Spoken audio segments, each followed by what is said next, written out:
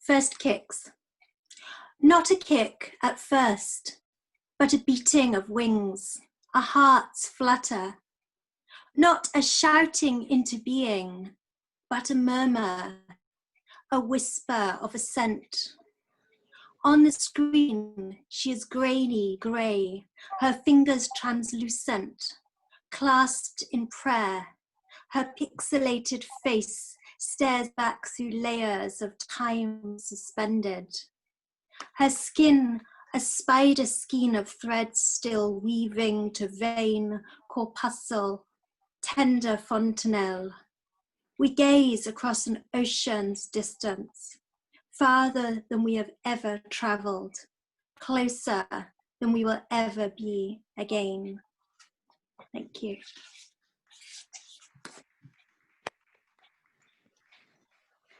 And the other one I'm going to read in this section, it's also a poem, but from a different angle. I wrote it for a series on Advent, and it was my reflection as a mother in terms of looking at Mary. So this one's called Annunciation. Perfect, almost, but not quite. The pristine lawn with my prints upon it, deep, deliberate.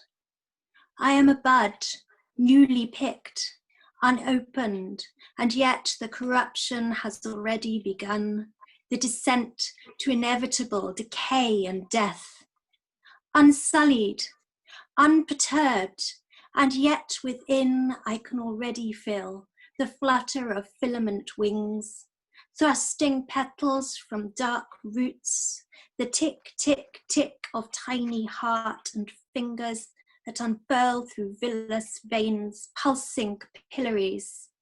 The shout of shoot to bare translucent bone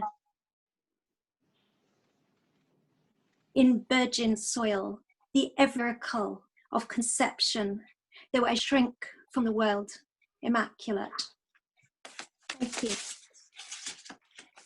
So this is Dylan.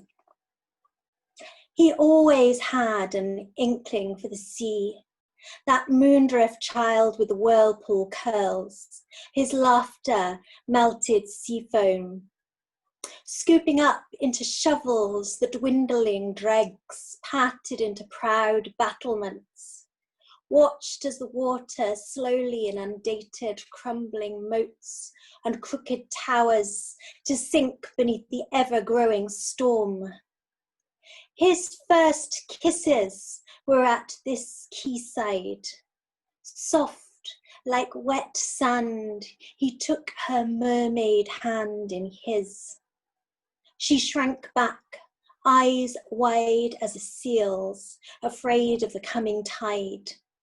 They lobbed pebbles ferociously at waiting rocks, placed seashells to ears, listened to hear the flowing voices of sirens in the tide's ebb and fall.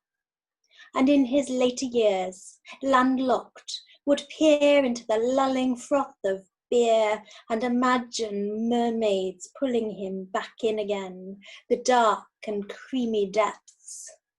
Caught out by Rossilli tides, they awaken from the belly of the worm to a wonderland of giant bluebells and bobbing pygmy boats, to distant shores, and find themselves explorers in a strange, exotic land. Somewhere, in a dim hotel, he's a rocking boat all adrift. She flashes him a fishhook smile, reels him in, gills flapping, but at his embrace dissolves into bubbles. Her laughter reverberates across the waters. Thank you. I'm going to read a seasonal poem, I think, because the weather's turning a little bit colder. This poem is called Snowman.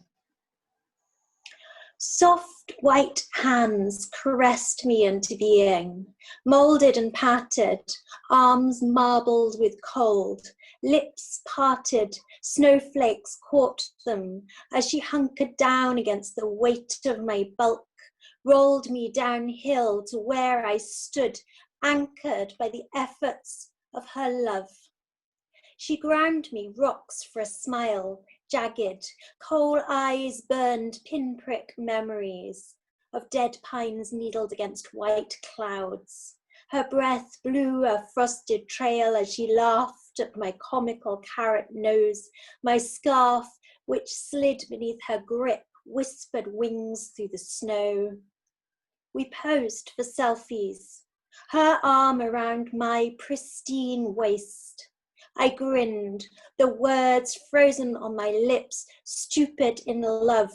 When she left in search of warmth, my branch arms reached to claw her back, twig tangled and wretched. Through the snow, her footsteps carve her distance. I stand implacable, stiffly smiling to please her. What else can I do?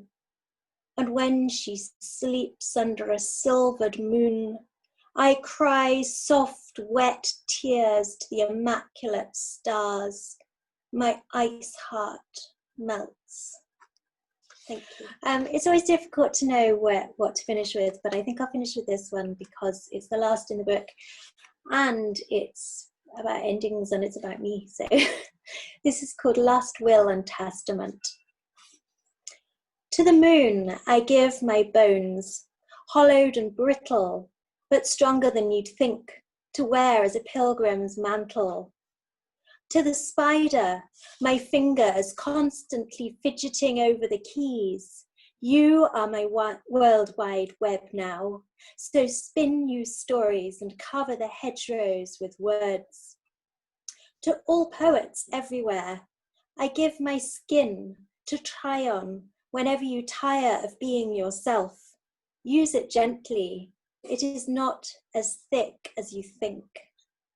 To capitalists, I give my compassion, since you seem to have none of your own. To the politicians, I give you my lips, imperfect as they are, that you will practice the motions of truth. To the beautiful, I give the snaggle-toothed hag of all my fears and self-loathing, so you may feel for one moment what it is to be less than perfect. To the clever, I give my ears, so you can listen to yourselves and be wise. To the philosophers, I give my brain, for it is a paradox even you cannot unravel. For the clock watchers, my no longer ticking heart, to show you the true meaning of time. And to you, my darling, there is nothing left to give. For without you, I am nothing but the wind. So wear me as a sigh when you are lonely, and breathe me into being now and then. Thank you.